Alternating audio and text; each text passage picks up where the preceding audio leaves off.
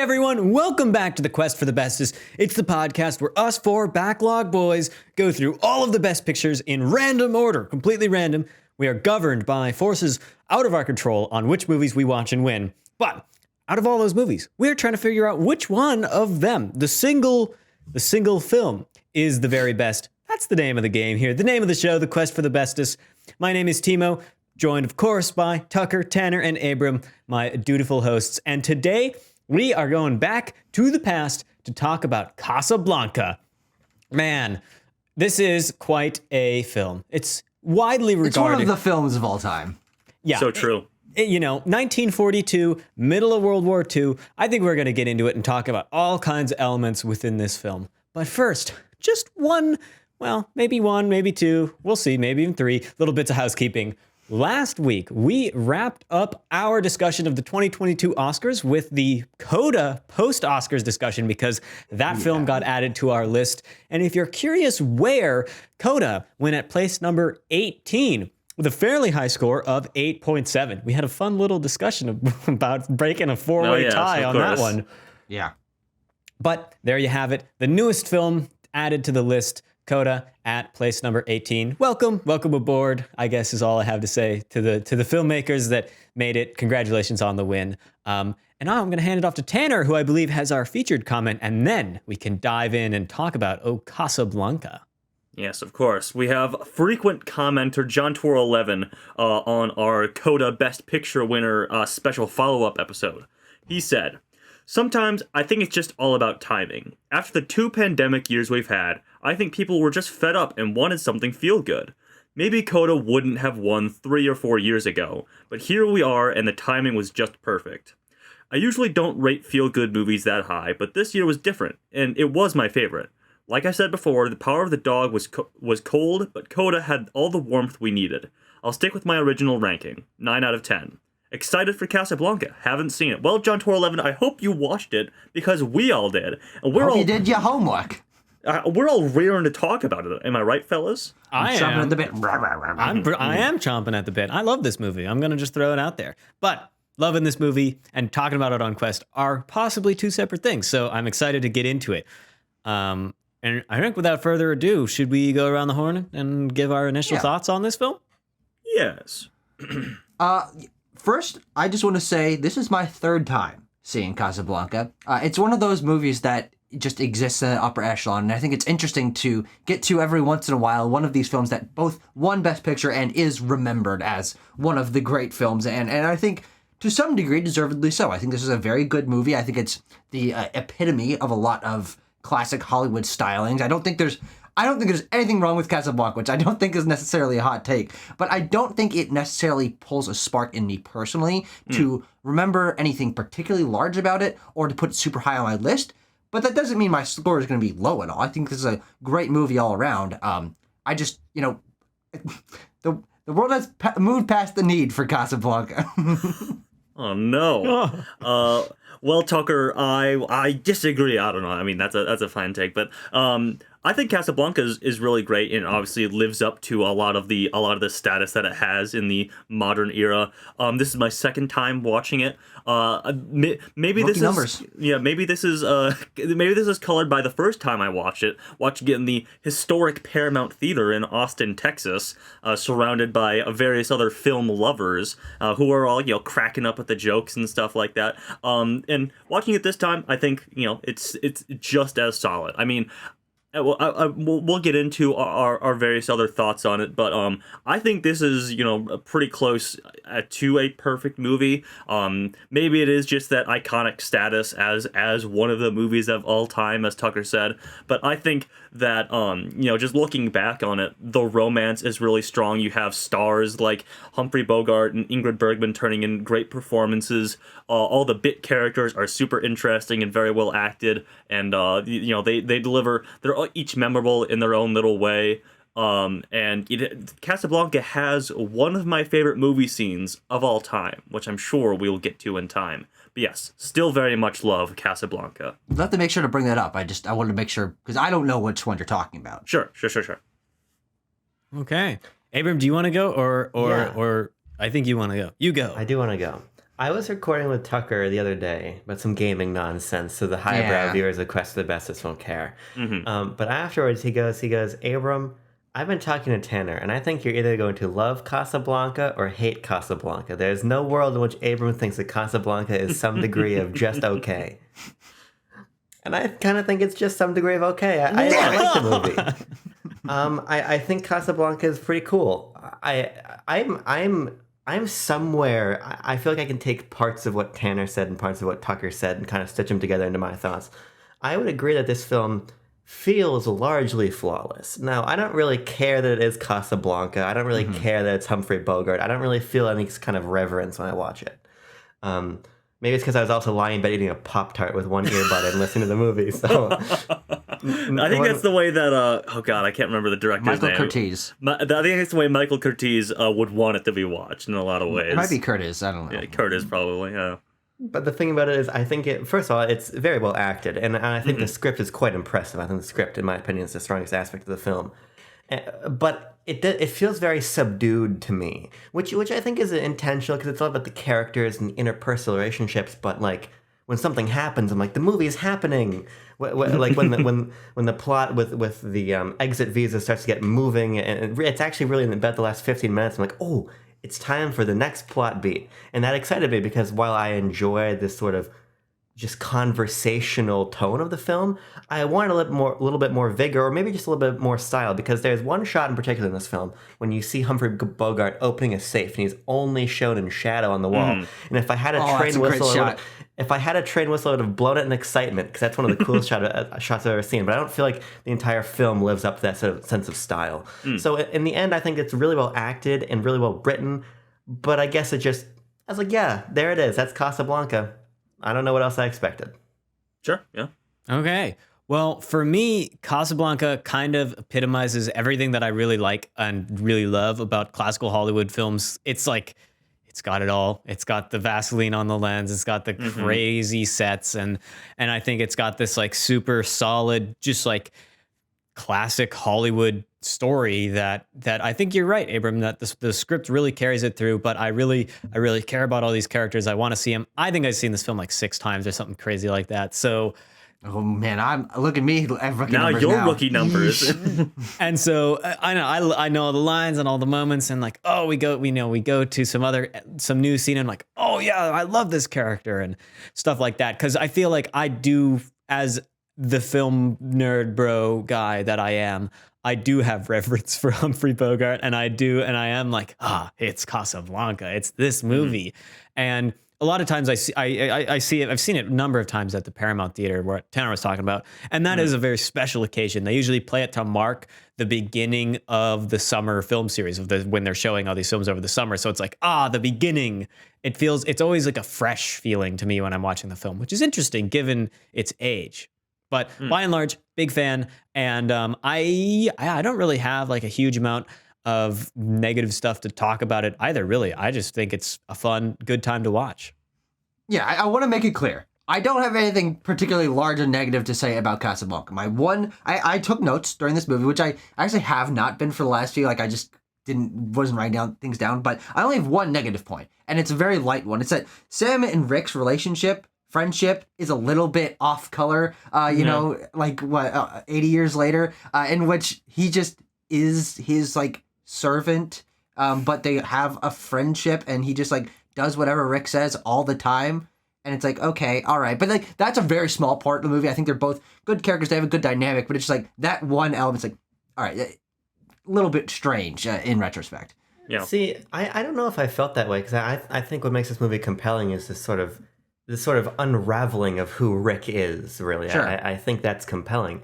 And it seems like he really cares for Sam in a way that moves beyond, I think, the old-timey, the white guy's got the black guy who plays his piano, right? Like, yeah. I like the quips about, we see when he's talking to the guy who runs all the black market dealings in Casablanca, and he's like, and you're gonna buy my bar, and you're gonna keep Sam, and he gets 25% of the profits. And he says something to the effect of, oh, I know it's only 10%, but Sam's great. We all love Sam. It's 25. And so I actually kind of like that relationship and all the relationships and the ways that we tacitly, I think the film is not as subtle as maybe it wants to be, but the ways we sort of become informed about who Rick is, how he deals with people, that I think is at the core of the movie for me. Yeah, I mean, Absolutely. it's really, it shows, it has this very well done characterization. I think you're right. It's not super subtle. I mean, there are lines where it's like, oh, gee, Rick, I mean, you fought against the fascists in Spain. Like, why do you hate the Nazis so much? And you're like, man, I can't put those two things together at all. But like, I don't really mind. It's just like, it's these extremely mass appeal stories, you know, knowing the context, at least a little bit of how Hollywood was making films in 42 means that they didn't care about, they were not trying to exclude anybody. They wanted everyone who saw it to understand it at all levels, really. And so I'm like, okay, the fact that we don't get all that information at the beginning and that it's interspersed throughout in creative and seems legitimate, not like illegitimate, but seems like it fits, Natural. It's logical in the story of when we learn about elements of Rick's person. I like it a lot. Yeah. Yeah, I think Humphrey Bogart is great.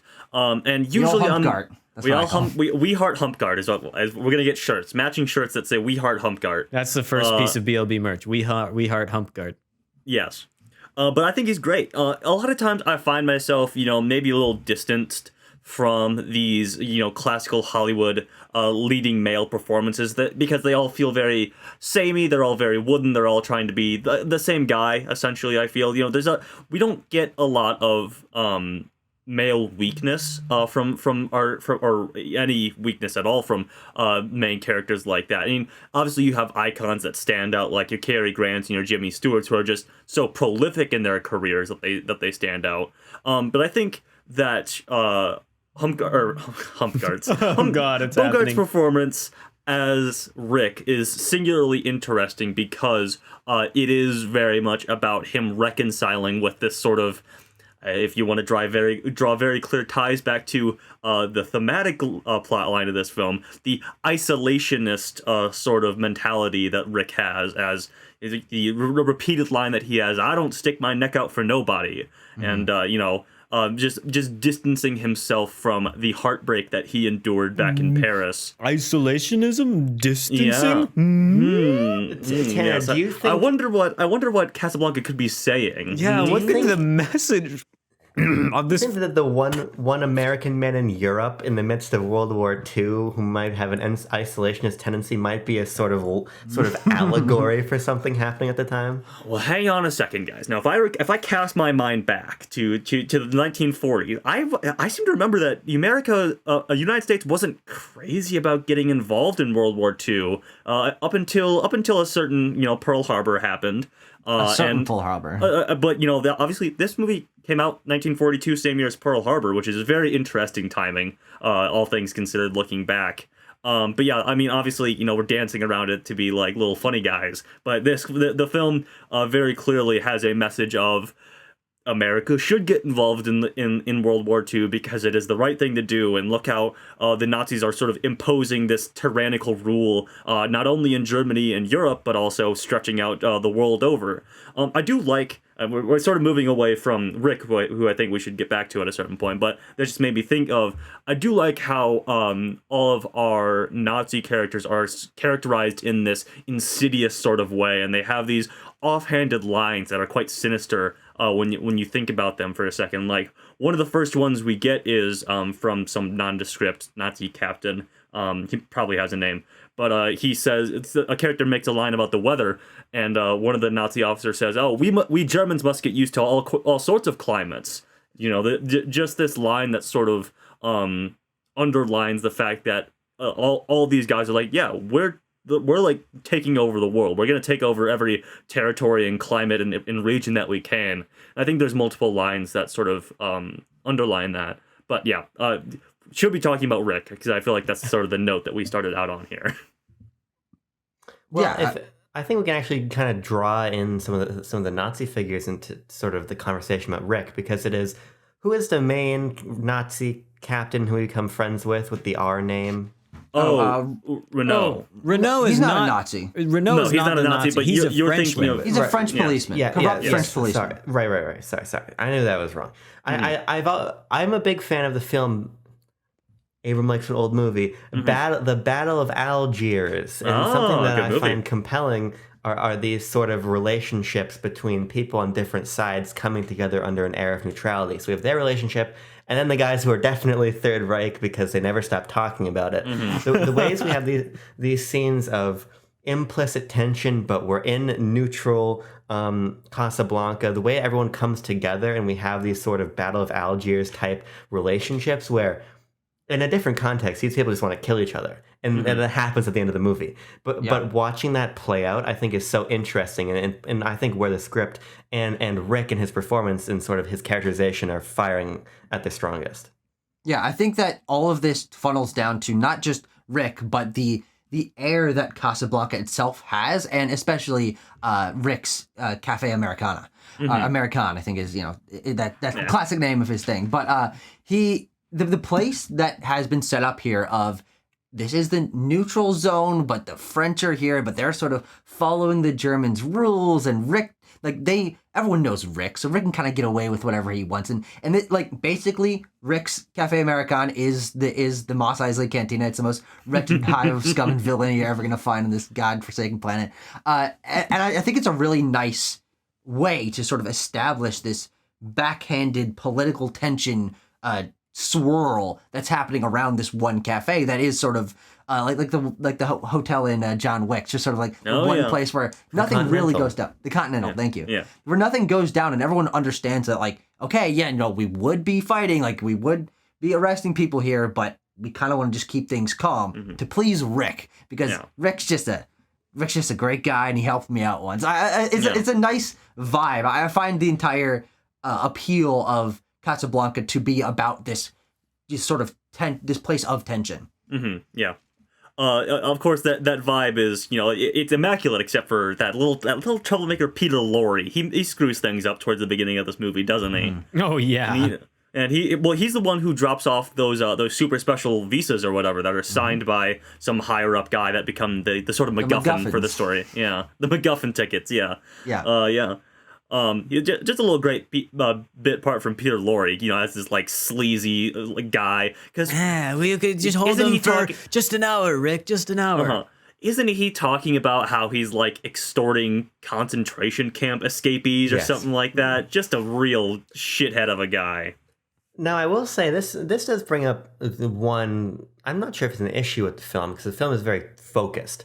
But maybe I would have liked to see a little bit more, especially as the film begins to ramp up, a little bit more of a focus on, as we're calling them, the MacGuffin tickets. Because it feels like the plot largely dissolves into the background. Because ultimately, the acts, the things that happen in Casablanca, as I was making a joke about it initially, there's not a whole lot that happens on a plot level. Yeah. It's almost all character, but there are moments when, we learn that the Germans are coming to raid the bar because they're looking for the exit passports, and there's that nice little quip of, oh, they're in Sam's piano the whole time. But we learn that actually Rick almost opened the bar late that night because they had to fix all the damage. I think there could have been a little bit more shown, because this is a very much dialogue heavy film. We could have shown a little bit more, I think, to increase the tension, because I think the scene with Peter Lorre is incredible, because we see the sort of, it's the break of that neutrality. It's the consequences to this sort of implicit conversation. So I think I would have wanted to see a little bit more of that. Perhaps. Shall we talk about Ingrid Bergman, the other big star, big name Hollywood star, or Ilsa Lund, that's her name in the film. Ilsa Lund, yeah. Yes. Man, let's just say, Abram, you're saying that, the plot is all about the characters. The plot is about the romance. This movie is about the romance, first and fourfold, about what is going on between Rick and Ilsa, their past. And I think this is a super well-written and satisfying romance. I think even though it doesn't end in our protagonist, in Rick's, true full benefit, I feel like it's complete, and I'm this was the right thing to happen, even if it isn't the most gratifying like romantic result ever. Sending off Ilsa and what was her husband's name? I forget. Victor. Laszlo. Oh yes, Victor Laszlo. How could I forget? Mm-hmm. Sending those two off on the plane to Lisbon is, I feel like, just the natural and like the right thing, and like the right tone, like the tone shift that really signifies where Rick has started to where he ends the film as a changed man, as a better character. Yeah, I definitely personally find the internal conflict of both Rick and Ilsa to be the main drive of why I care about this movie almost at all. Like the political stuff, the World War II stuff, the French, the Germans, that kind of stuff is like interesting on a base concept political level. But it's when you introduce Rick not feeling like he can trust anyone because he had his heart broken and he's been just like stewing in Casablanca for 5 years or whatever. Like all these little bits of character information of internal conflict that we're getting drip fed to us throughout the film and culminating in Rick making a decision that isn't where you kind of thought he would be tracking towards, but then he like has a change of heart. That's where I find most of the compelling stuff of this movie. Not necessarily all within the romance between Ilsa and Rick, but between their dynamic and how they've affected each other's lives. And then as you reveal more about Ilsa and you find out that she was married the entire time and just because her husband was in a concentration camp, like there are really interesting personal character moment things that are revealed to us throughout the course of the film that keep it really engaging. They're revealed at the right time too. Mm-hmm. I think that's a really critical piece of it, because I really felt that reveal of, oh, you know what? It's actually because she thought Victor was dead. Yes, of course. And that creates such interesting dramatic tension that plays at the right time. And the final reveal of actually me, Rick, I'm not getting on the plane. That comes at the right moment too. And I really like that because I think back to that really middling film we watched, The Apartment, and how it felt like the end of that felt a little bit too, cliche old Hollywood. And I quit my job and it all worked out in the end, right?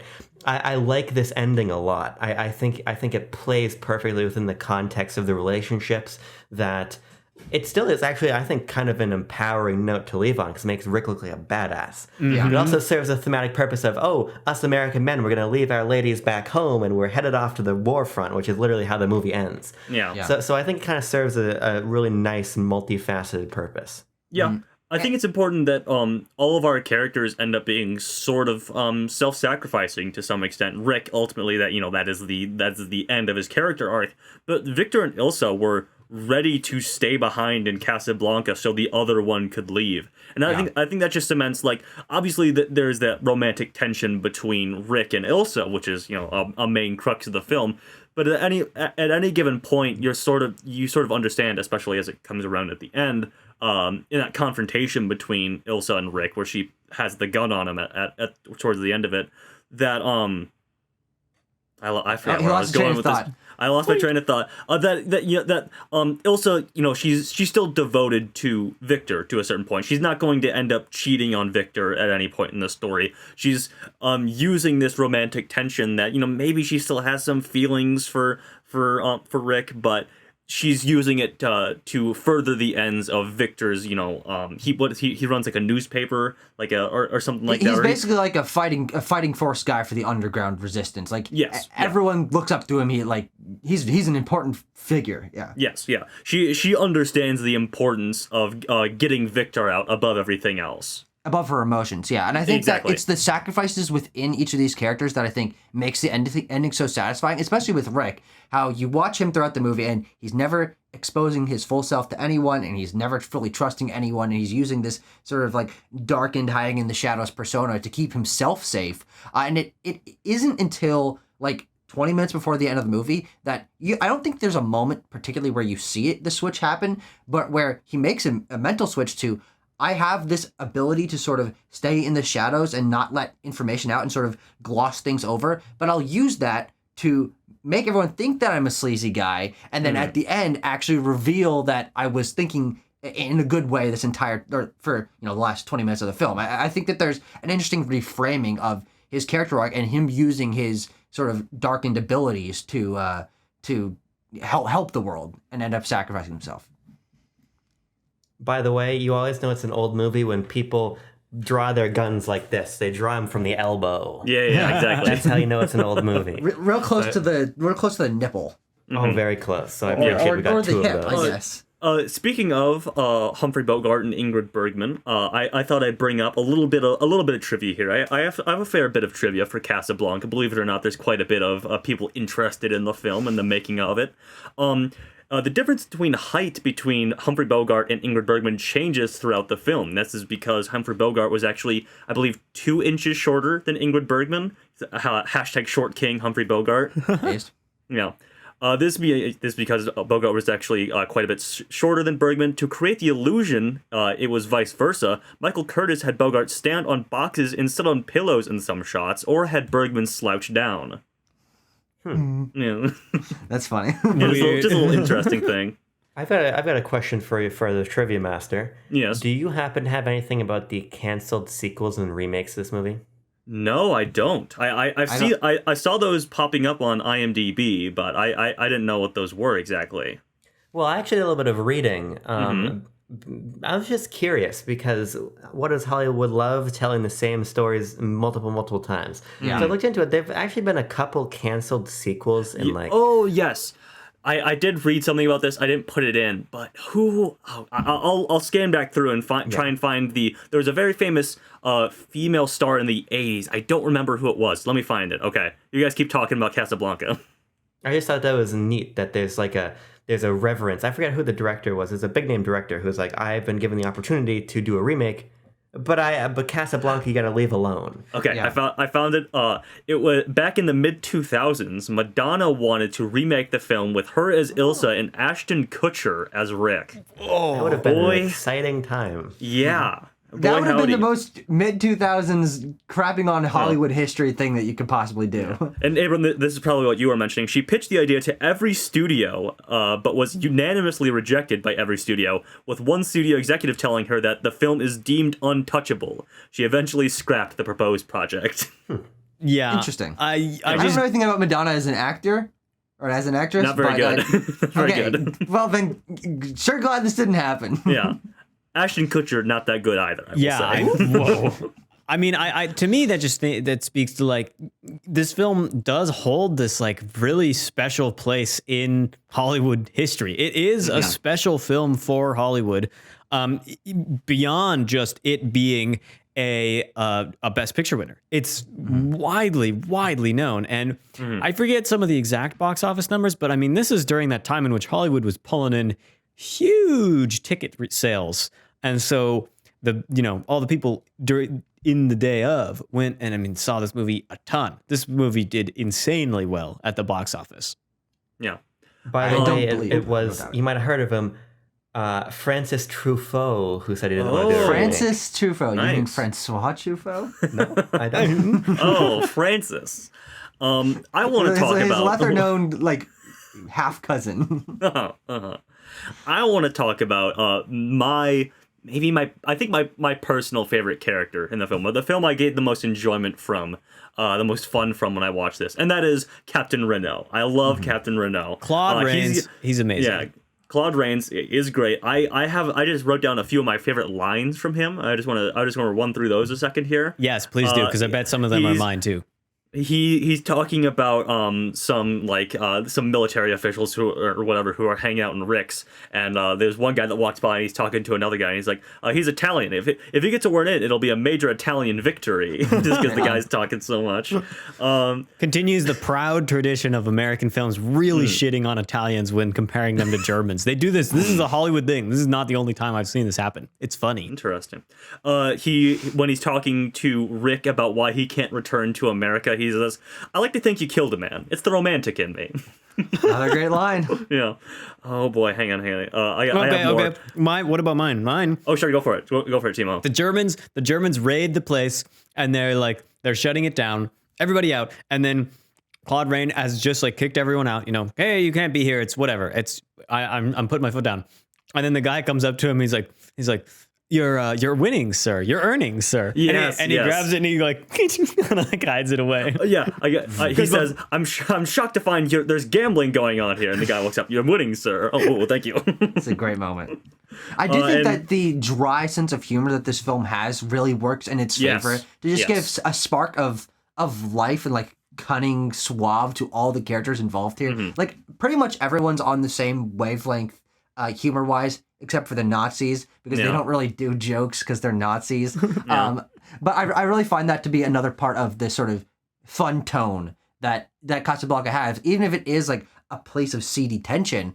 Everyone's still cracking small jokes, and of course that's the interplay of humor and drama within the genres of the time. But it definitely is one of my favorite aspects when you're just waiting for Claude Rains' character to say something that's a little bit off color but really entertaining. Yeah, my last favorite one is when Rick is pointing the gun at him in that climactic scene. He says, "Aim for my heart. It's my least vulnerable spot." Oh yeah. Exactly. That's exactly the kind of thing I'm talking about. Exactly. Yeah. Moment of tension, and this guy just like, well, I got something funny to say. And I think he is endearing because ultimately he is pretty much an antagonist for the entirety of the film. Well, nearly the entirety of the film. But I think he is endearing nonetheless because he's self-aware about it. I think one of the first lines he has is something about how like, oh yeah, I'm the most wretched and vile police officer you'll meet in this town or something like that. Like he's self-aware about the fact that he's corrupt and he'll do anything for a quick buck or something like that. And his alliances lie where his pockets lie, essentially. Mm-hmm. Yeah, and I feel like the film kind of separates him. He's corrupt, but the fact that he's always just kind of like, oh, I have to work with the Nazis, though. Exactly. Yeah. And so that's why you're like, oh, but he will do whatever for a quick buck, but he would, if he had the chance, not work with the Nazis, and so we're kind of okay with him in that regard. But he has to because he has to. Yeah. Yeah. Yeah, there's I like the moment where he's questioned by the German general of like, maybe you're waiting for a figure like Laszlo so you can have a leader to rise up, and then there's sometimes when like he means to say Germany but accidentally says Vichy France and everything. So I like how they play with his allegiances there a little bit. I agree that he is very fun. Because he just feels he feels out of place in his humor, and I find that really endearing. And I also found interesting. I'm not sure if homophobic is the more accurate term, but there are a lot of like insinuations that Renault is gay that are made, and I looked it up. There's a couple quotes people are talking about. My favorite, which is played as a joke, and it is kind of funny, but I think it's also telling about some more subtext being written to his character. Is when Nina comes into the bar. She's the one that is trying to get the exit visas. And she goes, I found the quote. Rick says, how did you get in here? You're underage. And she says, I came with Captain Renault. Rick says, I should have known. And Nina says, my husband is with me too. And Rick says, he is? Well, Captain Renault is getting broad-minded. Sit down. Yeah. I don't know if the film is trying to say anything about that. Because there's also references to him being like a man, like a different kind of man. And it feels so subtle that it might be completely nothing, and I might just be reading into what were just homophobic jokes from like 80 years ago.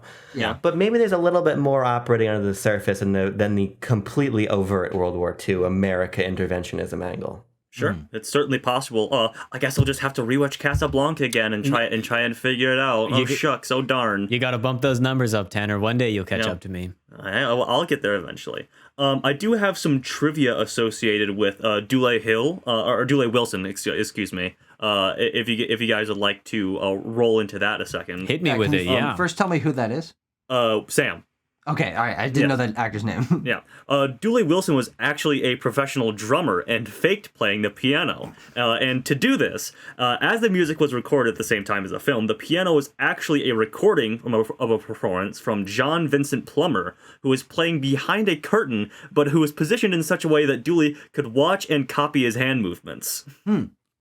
So instead of just like putting the recorded music in after the film, they did it live and just had Dule Hill like watching this guy's hands while he's hiding behind a curtain. That's wild. Yeah. It's just the least efficient possible solution to that. Yeah, I don't know.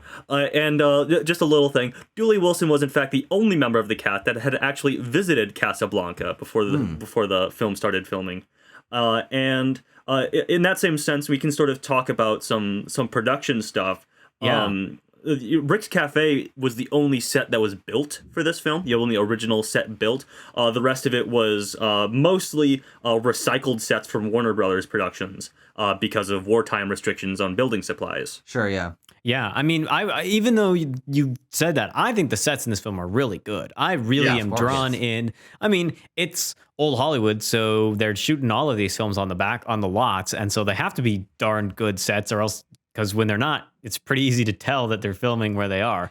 But I mean, Rick's Cafe is extensive and it changes. You know, the way it looks at night when everyone's in there is pretty different from when it's just empty, and yet it's still a very visually interesting location.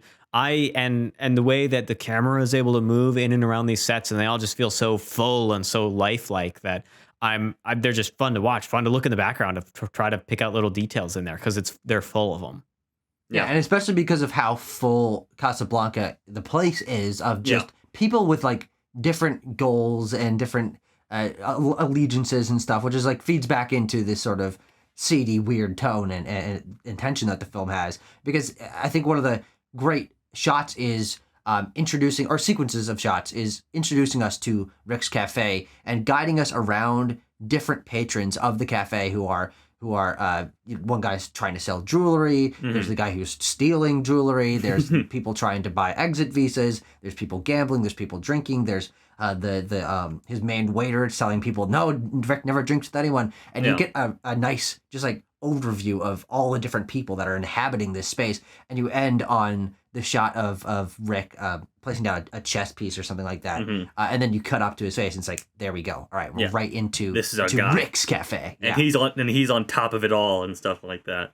I do like how before that, when we're sort of still doing our establishing in Casablanca, it juxtaposes like the poorer people who have immigrated to Casablanca to escape Nazi Germany with like the rich upper crust, fancily dressed people in Rick's Cafe. Because that we start out like on the streets, the police are gunning people down and stuff like that. Because that guy, there's a thief who steals something and the police gun him down in the street, and then we cut inside to this lavishly dressed people are drinking martinis and they have pearl necklaces on and stuff like that. It's a nice juxtaposition that tells you like there's all sorts of things happening in Casablanca, and but it's all seedy. It's all under the table and stuff like that. Yeah. See, I think I might have wanted to see a little bit more of that. Sure. Because those scenes when something does happen are very exciting and visceral. Because what's happening, unless I was mistaken, is it's at the beginning. They're looking for the people who killed the German couriers who had those exit passports. Yeah. And then that guy, whether he's guilty or not, like flashes the papers that are expired and runs away and is just shot in the back in the middle of the street. Yeah. Like there seems like probably just a random guy. Right. Yeah. Or when Peter Lorre, just shoots some either French officers or German soldiers in Rick's bar, and then like what's really interesting about that scene is how Rick is like, everybody sit back down, it's fine. There's a couple guys shot in the stomach, and the guy's arrested, but just get back to business, right? And I think I would have liked to see a little bit more of that. It's what I was mentioning earlier, but I think you could have made the tension and the stakes and the sort of mood of Casablanca a little bit less backgrounded without pulling focus, I think, from the characters and the narrative. And I would have liked to, I think that might have engaged me a little bit more. Because again, I still don't, while I really appreciate the film, the writing, the production, there's something missing for me. And I don't know if that's maybe what it was. Sure. I think what I have sort of realized through discussing this is I love this film. I think it's a great film. I can understand why it is so revered. But on a very subjective and personal level, I think I like a little more oomph or creativity or plot moments out of stories that I enjoy watching. I mean, I love the character moments here, but the political stuff just doesn't really grab me outside of it's in World War II is the context. And guess what? I've seen a lot of World War II movies. Like I know the Germans are the bad guys and French was occupied and all this kind of stuff. Casablanca, of course, a unique location in this oeuvre of World War II nonsense. But I would have wanted there to be a murder that they have to investigate or something like that. Maybe I operate too high on I like my concepts to just be kind of out there. But this film it lacks that next step, which I think is okay. And of course, that is something that people can prefer over something that is a little more, Hitchcock over the top nonsense. But I certainly personally lean much more favorably in one direction. So when it lacks that, I do find myself struggling to remember a lot of specifics about this film, especially as I distance myself from watching it. Again, the third time I've watched it, and watching it the other night, I realized, oh man, I don't remember almost anything about this movie. Like, I honestly had forgotten that Ilsa and Rick had the history in Paris and all that. Of course, that's the main thing about the movie. But the movie does not resonate with me enough for me to remember it particularly strongly. Though after this conversation and being able to go back and rewatch the Quest episode, which of course I will do, I'm sure I will remember it much more strongly. But yeah, even on the third time, I was like, oh, yeah, that's right. It just keeps being fresh every time you watch it, Tucker. You get to watch the movie for the first time every time. Well, Tucker, I guess you could call me the Rick of this sort of these plot devices, because I like both. Okay, I'm neutral. I don't stick my neck out for no genre. All right. But yeah, but Tucker, speaking of, you remembering certain aspects of the film, I teased that this film, that Casablanca has one of my favorite movie scenes of all time, and I'm going to talk about that right now. Okay. One of my favorites of all time. I don't have a definitive ranking or anything like that, so I don't have a number associated with this, but it's one that I got all the goosebumps for the first time when I watched it in the Paramount Theater, and got an aftershock of goosebumps when I watched it this time, is the singing scene in Rick's Cafe. Oh, when all the Nazis start singing, they sing Die Wacht am Rhein. I don't know what that means in German, but it's the song that they sing. And then all the patrons of Rick's Cafe start singing. Oh boy, this is French. Say this in French. This is French, and I'm worse at that. La Marseillaise, I believe. And they sort of start, or Rick sort of gives a nod to Sam to start playing it, and Sam's like, "Are you sure? These guys are like the occupying force here. We're gonna like stamp all over their Nazi nationalist song." And then all the patrons of Rick's bar join in, and there's people with tears in their eyes as they're singing. Real tears, by the way, because many of the actors who play, many of the actors in this were actually, European refugees. Many of the extras, I guess I should say, were European refugees who had escaped Nazi Germany. So this is a very emotional scene for them to act out, and it comes across. It is infinitely palpable and powerful to me. The emotion that is present with all these people singing this French song of resistance, overpowering these like half a dozen Nazi guards and captains who are here. It is a beautiful moment that really underlines what the film is saying about like fighting back against the German force in World War II. Mm-hmm. Yeah, I mean, I think that scene is great. One of my like unexpected favorite bits in the movie is when they go to the Blue Parrot with Signor Ferrari, the other cafe bar owner in town. The guy with the fez. The guy with the fez. Oh, I love that guy. He's always like, and just that scene is very different. And I mean, yeah, I guess it's kind of like Orientalist, but it's just so cool. And the way that the film, it's a nice like reprieve from we were pretty consistent action in Rick's Cafe, but then we go to the Blue Parrot and it's like this very different, very just interesting location. And I the dialogue and the stuff and the plot that happens in that scene is fun. And I think that some of the lines in it are personal favorites of mine. I just really like the Blue Parrot scene. It's kind of random in the film, but I dig it, man. The one thing that I want to talk about, because I think I've pretty much gone through everything, but is the score and the way this film uses music, especially with As Time Goes By. Of course, this is the song from Casablanca. Oh yeah, we should probably talk about that. And by the way, they really let you know that it's a good song. It's a classic song. But one thing I never noticed until this watch was how the main motif of As Time Goes By is played in the score for emotional moments, both for Rick and for Ilsa. It's not diegetic. It's not being played by Sam. It's not someone humming it. It's worked into the orchestral score of the film and kind of keeps everything uniform and makes you realize on sort of an external filmic level of this song is very important to them. And the score is swelling as they're feeling an emotion. And guess what? The score is using As Time Goes By for its emotional beats. And I think that's a really nice harmony of its filmic elements. Sure, yeah.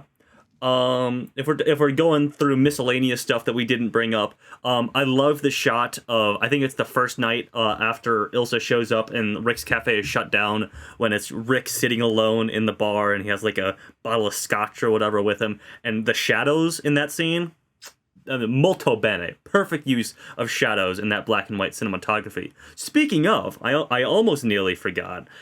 We need to go through the wins and noms of this film. Of course we do. It's a little rusty. We're getting back into Quest, the regular old Quest here in a second. So, obviously, this film won Best Picture. It also won Best Director for Michael Curtiz, Best Screenplay, written by Julius J. Epstein, Philip G. Epstein, and Howard Koch. Humphrey Bogart was nominated for Best Lead Actor. Claude Rains was nominated for Best Supporting Actor. He is the one who plays Captain Renault. This film was nominated for Best Black and White Cinematography, Best Film Editing, and Best Score. Fantastic. All deserved. Yeah. All very well deserved. Any other miscellaneous points from the other two schmucks over there? Speaking of scores, Let's my hit it. God. Let's do it. Let's do this scoring thing. Yeah. Man, we get to use the big list again. Oh, that's nice. We used it last week. Yeah, I know, but we get to use it again. Oh, just every week you're suddenly reinvigorated. Oh, yes, I yes, love yes, this big- gigantic list spreadsheet of our list. this is the proper return to regular Quest, though. We should Yeah. celebrate for a moment. We're out of Oscars season. We are. We're Finally, done with thank that. God. It's never not Oscar season on Quest, though. Oh, yeah. All right, I've got my number punched in. I can see some of you trying to put it in there, but do you have it ready? Yeah. I'm ready to rock and roll. Okay. Yes. 3, 2, 1, go! Whoa! Wowie zowie, look at this. Pretty close across the board. Our average score for Casablanca is, well, it's kind of a tricky one. The more decimal points I give it, the more it changes. Because of rounding gives it a Rounding, 9.0. And maybe we can give it go look into the decimal points if we need to. But the We point usually round? we do usually round to 1 decimal point. Yeah, that's true. Oh, I guess that makes sense. Yeah. So we're following the scientific method here. We're legitimate. This is tricky. Yeah, I know. Yes. The point breakdown before we figure out exactly where it yeah. goes is starting at the top. Tanner gave it a 9.6. I gave it a 9.0. Abram gave it an 8.7, and Tucker gave it an 8.6. So you can see that where we all pretty much lie in the same area about this film. There's little minor point differences here and there. Now, a 9.0 versus a 8.975. Oh man, it's going to shoot up there at least in towards 10th and 11th place, basically, right? We're going to have to debate between American Beauty and The Shape of Water. What does this film do to you guys compared to those two other films? So I suppose we're going to start at the bottom, the lower one right now, Shape of Water. Yes. So who would put this above Shape of Water? Oh, easily. Okay, well, I'm outvoted There you there. So now we got the next one. Above American Beauty. I American- can't put this put it above above American. I can't either. I want to put it above American Beauty, but I think That was easy. that Yeah, settles it. there you go. This film, Casablanca from 1942, is going to go in between American Beauty and The Shape of Water at place number 11. So a remarkably high scoring place on our list. 11 out of, let's get the entire number, 64. So wow. Yeah. Very Yeah. much up there on the top. Casablanca. Hashtag just did that. Yeah, Casablanca just happened. Well, you know what they say about this film. It's a pretty classic one. So I'm, even though I'm happy it's pretty far up there, not necessarily super surprised. Yeah. Yeah, I think it feels appropriate. Like I said at the beginning, I left the film going, yeah, that's pretty good. And if I were to rate this only on the most subjective level, I'd probably knock it down a full point, maybe a point and a half. But I do just think it's hard to poke holes in what Casablanca is. Yeah. And so I think it's like my personal disconnect, maybe my want for more action or maybe more centralized plot focus that keeps it from the perfect 10 that I think its filmmaking might suggest. So I'm happy with this placement, even though it should be below Shape of Water. But Yeah. All right. You guys yeah. got anything more, or should we venture no, wait. on? Oh, What? I thought you said, do we want Shape of Water to go above this? I would not put this above Shape of Water. Uh-oh. Wait, hold that- on. Can we rethink that? Yes, we have to. Yeah, Because no. that's a deadlock. That's a deadlock below Shape of no. Water. Okay, I'm No. very sorry. I'm very sorry to add a monkey wrench into this. That makes sense in retrospect. Yeah. I was like, oh, I thought Abram liked The Shape of Water. Although we all like all these movies, but no, Yes, of but I course. would put this below both American Beauty and The Shape of Water. So, anyone might want to make a case? I mean, I guess if I'm throwing a monkey wrench in it, I think this film is obviously very important. I think it being reflected this highly in our list and this across the board highly rated is obviously fantastic. But in my mind, I do think that doing something slightly more exciting and inventive with film, which both Shape of Water and American Beauty do, they have more biting commentary. I think they have stronger themes. I do think they have more memorable characters. I think that a lot of this film, in my mind, just sits as iconic Hollywood status, but not quite above that. Like, it is the bar. It's a high bar, but it's a bar of quality. But in my mind, I want the highest films on my list to do something past that bar. And I don't think Casablanca necessarily does for me. Sure. Yeah, I mean, it's all. I think it's all a variance of degrees because and I'm not saying that you're saying this, but obviously Casablanca can't do fishman sex or a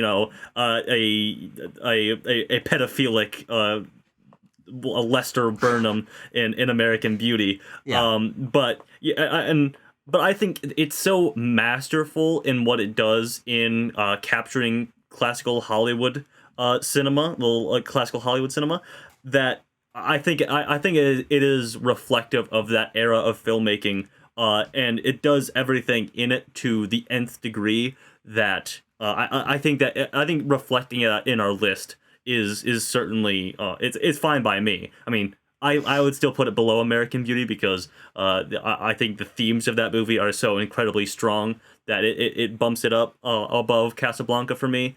But yeah, I guess I would say that there's nothing in Shape of Water that really emotionally gets me like that one scene in Rick's Cafe. Interesting.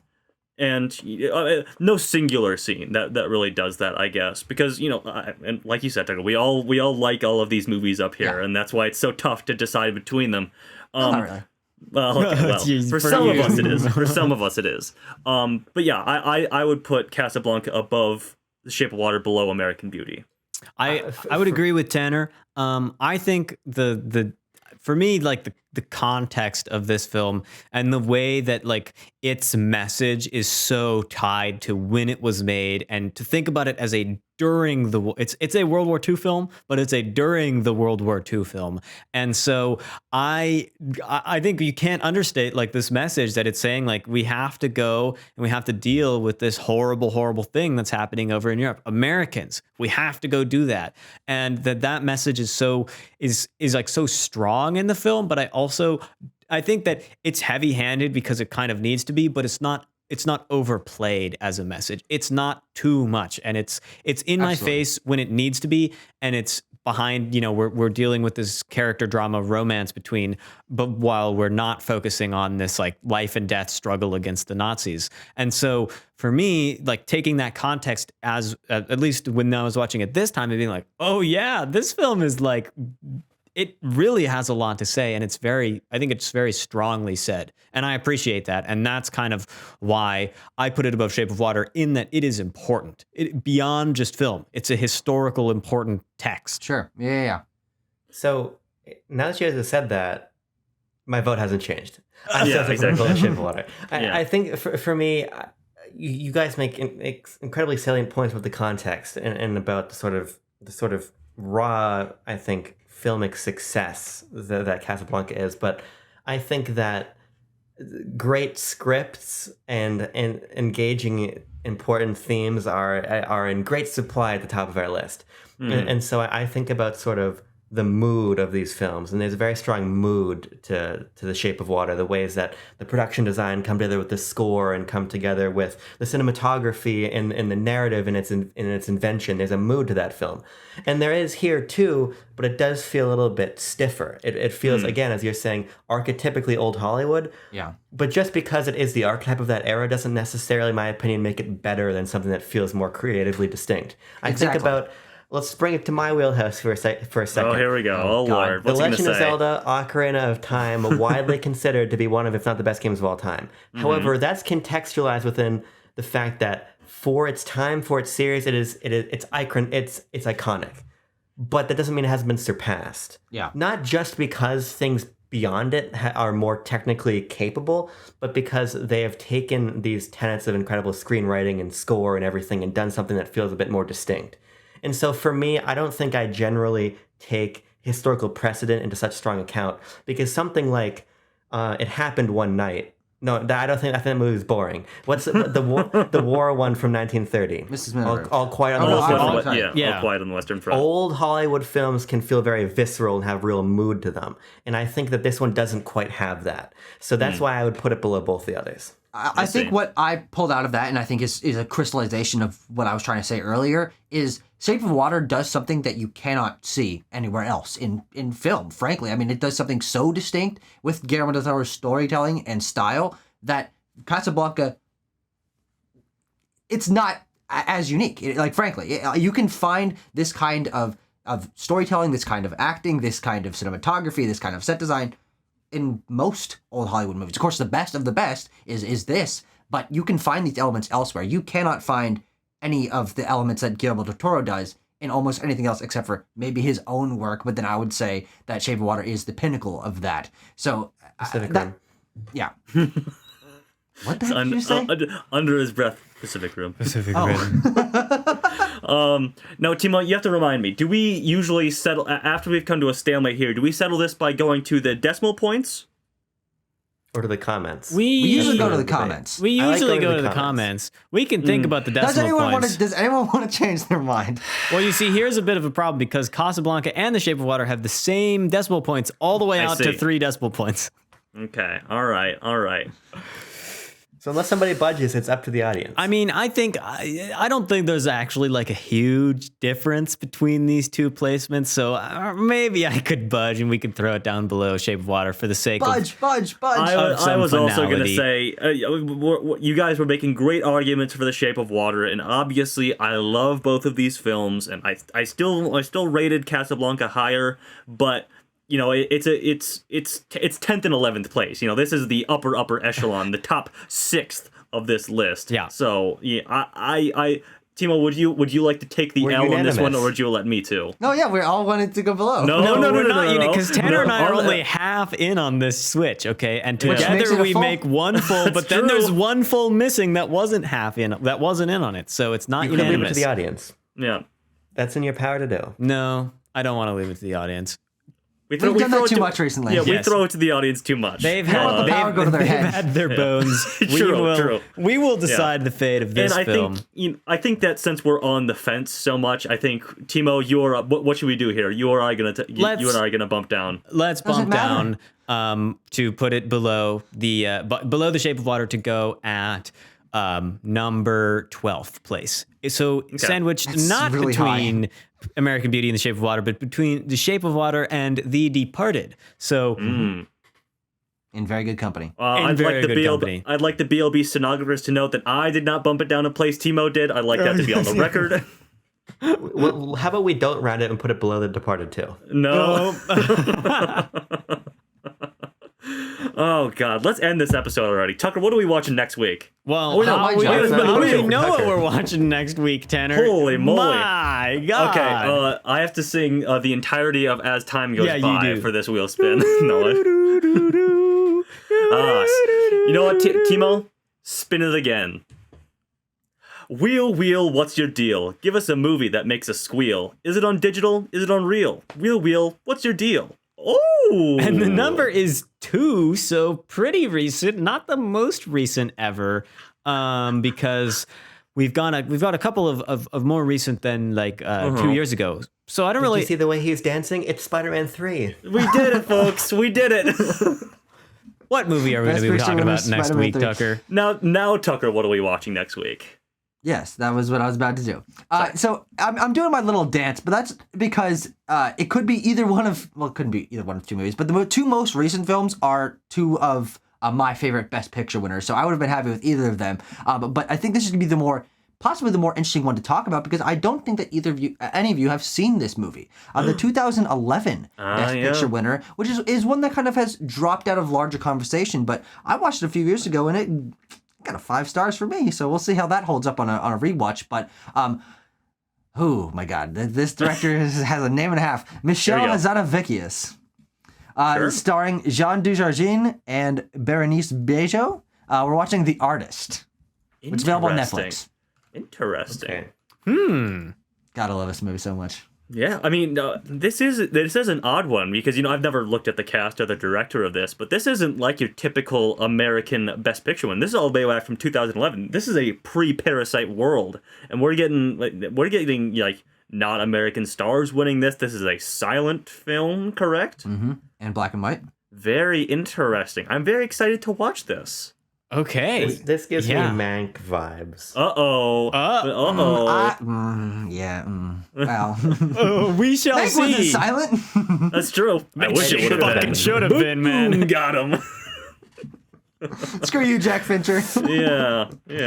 He's rolling in his grave. I'm sorry, David. David, I love you. Please forgive. I know you watch. I know you're a fan of the show, David Fincher. I'm sorry. I'm sorry to say Nobody that. can test that. Nobody can test that in the episode. Next week, we will be talking about The Artist from 2011. Let's see if I can get this name. Directed by Michel Hazanavicius. Reading comprehension and speaking ability are my top 2 skills. So Absolutely. we will talk about this film next time. Thank you for joining me in discussion of Casablanca. We'll always have Quest, won't we? Nice. All right. Until next time, peace.